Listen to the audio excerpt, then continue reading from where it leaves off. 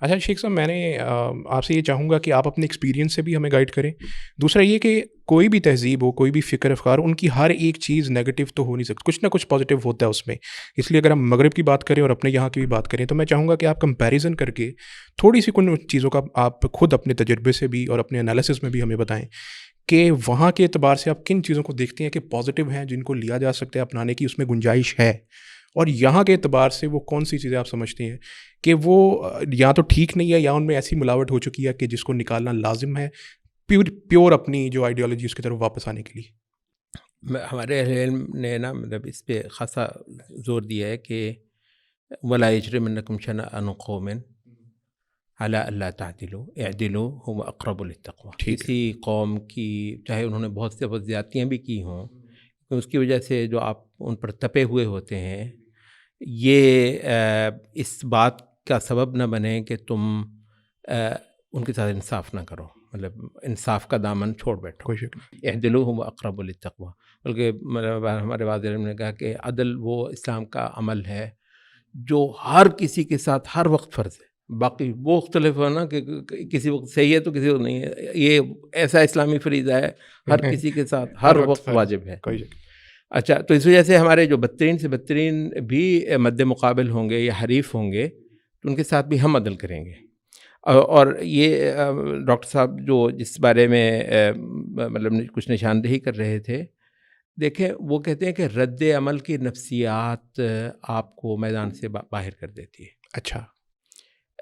مطلب وہ ویسٹ نے جو ہے نا وہ چھلانگ لگائی، کہتے ہیں مطلب رد عمل بنائی وہ پینڈولم ہوتا ہے نا کہ وہ یہاں پر ہوتا ہے پھر وہ یہاں پر ہوتا ہے. بالکل بالکل. مطلب بیچ میں اس کو مطلب وہ نہیں ہونا ہوتا ہے. تو اس وجہ سے رد عمل کی نفسیات کبھی اعتدال سے ہمکنار نہیں ہو سکتی ہے. اچھا، آپ تعمیر کرتے ہیں، پروڈکشن کرتے ہیں اعتدال کے ساتھ، آپ تپے ہوئے ہیں، منتقم مزاجی آپ کے پاس ہے، تو اس میں آپ یہ سمجھیں کہ آپ ایک بہترین تہذیب کی تعمیر کر لیں گے، کبھی نہیں ہوگا. اچھا، اس وجہ سے ہمارے یہ لوگ، انہوں نے تو وہ ٹھیک ہے وہ کلیسا نے ان کے ساتھ ظلم کیا تھا، بجا طور پر ظلم کیا تھا، لیکن اس کا انہوں نے یہ کیا کہ سرے سے مذہب وغیرہ کے خلاف ایک پوری ایک موومنٹ چلا دی، اور شاید صدیوں تک اس کا مومنٹم ان کو ادھر ہی کو کھینچتا لے چلے گا. اچھا، ادھر یہ ہوا کہ مطلب ویسٹ نے جو ہے وہ کیونکہ ایک خاص ہو گیا ہے. اچھا، اس میں بلا شبہ ویسٹ عقل کی تعلیح کرتا ہے، مطلب صاف سی بات ہے. اچھا، اس کے بعد وہ عقل، وہ ریشنلزم کو چھوڑ کر ایمپیریسزم کیا، تو وہ تھوڑا سا فرق ہے. ایک ہی شے ہے کہ بنیادی طور پر انسان اپنے قوا کو ہی استعمال کرے گا، اوپر سے کسی شے کا انتظار نہیں کرے گا کہ ہدایت، وحی، رہنمائی وغیرہ انسان کے باہر سے کہیں سے آئے گی. اب اس چیز میں ریشنلزم، ایمپیریسزم سارے جو ہے نا وہ ایک برابر ہیں، اور یہ ہماری مطلب تکییف میں کفر ہے، سیدھا سیدھا مطلب کفر ہے.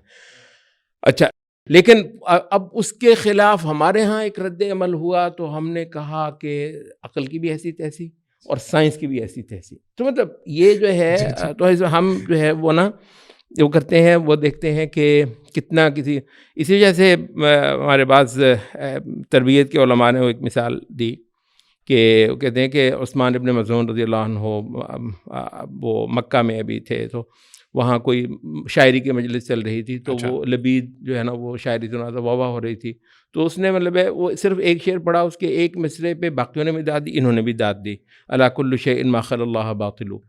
اچھا، دوسرا مصرع پڑھا کل نعیم لا محالۃ زائل، کہنے لگا نہیں یہ بات غلط ہے، جنت کی نعمتیں، آخرت کی نعمتیں کبھی زائل ہونے والی نہیں. تو لبید نے کہا قریش کے لوگوں، تمہاری مجلسوں میں شاعروں کے ساتھ ایسے کب سے ہونے لگا؟ اچھا.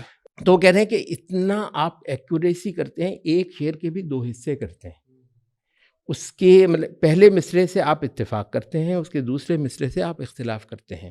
یہ ہوتا ہے عدل، اور یہ ہوتی ہے مطلب علمی اپروچ.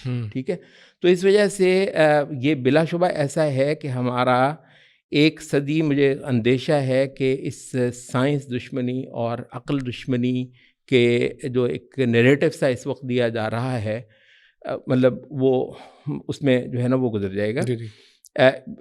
معاملہ یوں ہے کہ یورپ نے یا مغرب نے کل سہارا اپنی عقل پہ کیا، اس میں ظاہر ہے وہ کفر وغیرہ کی راہ سے، لیکن یہ کہ بہت بہت کچھ اس نے اعلیٰ پروڈیوس کیا. اب دیکھیں نا، اب یہ خام خواہ آپ تصور نہیں کرتے کہ انسان فضا میں اڑتا پھر رہا ہے. ایبسلیوٹلی. یہ کچھ چھوٹا جمپ ہے, مطلب اس کی اس میں میں اس کے خلاف کڑتا پھروں, اور مطلب اس کے مقابلے پر ہمارے بہت سارے بہت قابل احترام نے باقاعدہ یہ کہا کہ اس کی سے بہتر یہ تھا کہ آج بھی خچر پہ سواری ہوتی. اچھا. ہاں, اس میں بہت مزیدار اچھا کیونکہ ان کے قلم میں بہت لطف ہے. میں نے انجوائے کیا ان کا بہت زبردست مضمون کہ یہ ہوائی جہاز کی ایجاد جو ہے وہ انسانیت کے لیے کس قدر نقصان دہ تھی. اچھا.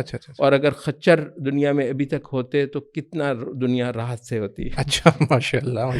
اچھا, تو مطلب یہ جو چیز ہے وہ امریکہ میں بیٹھا ہوا بندہ جو ہے وہ اسی ٹائم پہ وہ جو جملہ پورا بول نہیں رہا ہوتا, بیچ میں توکتا ہوں, وہ میری بات سن رہا ہے. اتنا قریب امریکہ میں, جی, لاہور میں اور واشنگٹن میں بیٹھا ہوئے بندے ایسے ہیں جیسے ایک کمرے میں بیٹھے ہوئے ہیں. یہ مطلب یہ غیر معمولی چیزیں ہیں جو مطلب ہے کہ وہ ہوئی ہیں.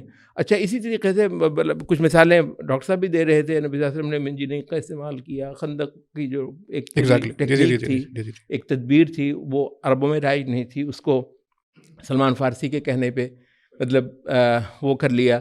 اچھا, اب اسی طریقے سے یہ حضرت عمر نے بہت کچھ جو ہے وہ رومی اور فارسی تہذیب سے انکارپوریٹ کیا, کیونکہ بڑے بڑے شہر بننے کی نوبت حضرت عمر کے دور میں فتوحات ہوئیں بڑی بڑی.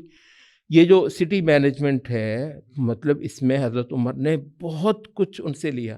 حتیٰ کہ بعض نے کہا کہ یہ جو شروع میں دواوین لکھے جا رہے تھے فارسی میں لکھے جا رہے تھے کیونکہ وہ ایک لکھنے والے شاید یا اس کے ماہر وہی تھے, بعد میں اس کو عربی میں کے اندر ڈھالا گیا وغیرہ وغیرہ.